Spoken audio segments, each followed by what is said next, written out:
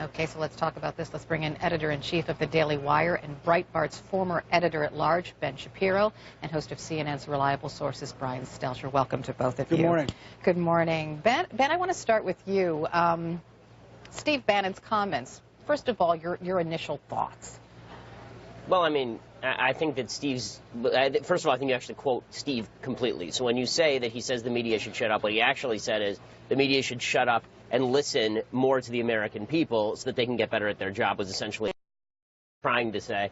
Look, I'm not, as everyone knows, I'm not a big Steve Bannon defender. I'm not a big Steve Bannon fan. He's one of the worst people I personally know, but that has nothing to do with what he's saying here. I think that what he's actually saying here is not entirely incorrect. There is a vast gap between the media's perception of itself and the public perception of the media. The reason Trump keeps picking fights with the media is because it's a fight he can win. The American people don't actually trust the media at this point, mainly because the media seem like they're representing their own interests. We're like a separate class, as opposed to people who are defending the interests of the American people. And the more we get into slap fights with the administration, the more we get into slap fights with politicians on behalf of the press, on behalf of the media, instead of on behalf of the American people, the more the American people are going to be likely to just ignore it. The more they're just going to say, okay, it's another slap fight, right? I understand where you're coming from, and I understand there's a lack of trust in media, but people are certainly watching us, Brian, because if you add up the numbers of CBS, NBC, ABC, and CNN, there are millions of viewers, right? Yeah, this is just the data for the nightly newscast. I tried to pick 6:30 p.m. because it's the best way to show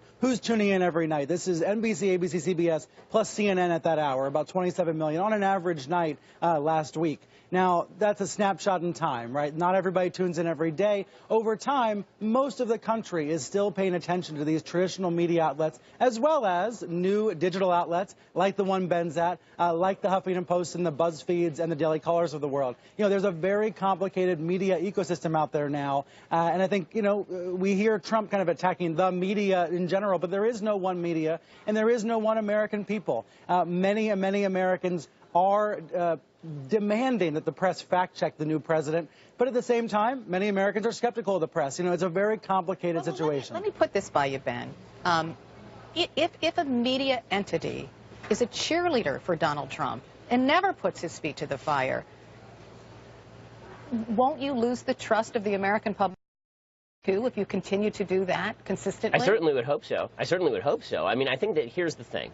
Every White House treats opposing media as the opposition. The Trump White House, I think, rightly looks at a lot of the mainstream media and says, you guys were the opposition during the campaign. You're still the opposition now. You don't particularly like me. And so you're going to be much more critical of me than friendly outlets like Fox News, for example. But the job of the media should be to understand that we're always the opposition. If we're the fourth estate and it's our job to check the government and it's our job to check the White House, it shouldn't matter whether you like or dislike the person in the White House particularly. You should be treating the White House as your opposition. The fact that the media did not treat President Obama as much as the opposition as they are President Trump is giving Trump the opening to slap you guys around. And I think that he's largely correct in slapping the media around by saying that there is a bias that exists for Trump that didn't exist for Obama. The best way to respond to that for the media is not to defend ourselves by saying, well, that's an attack on the press, that's an attack on the media. It's to say, okay, look, say what you're going to say. It's either true or it's false. And then treat it as a true-false statement as opposed to a fight between the media and Donald Trump, because he's going to win that fight every time, at least in the minds of the public.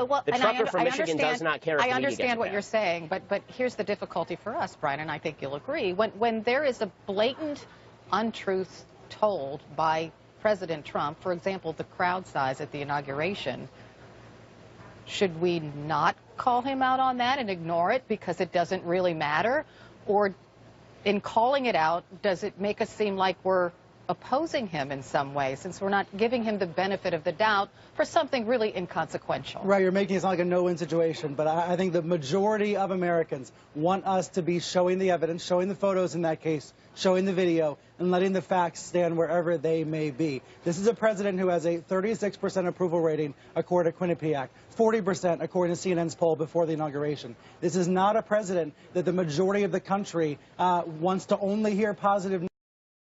Yes, there are some viewers who only want to hear the positive. That is actually a minority, and I think we need to keep in mind there are many different constituencies, many different audiences that want different kinds of news right now in this very divided America. Okay, interesting topic. Thanks to both of you for stopping by. Ben Shapiro, Brian Stelter.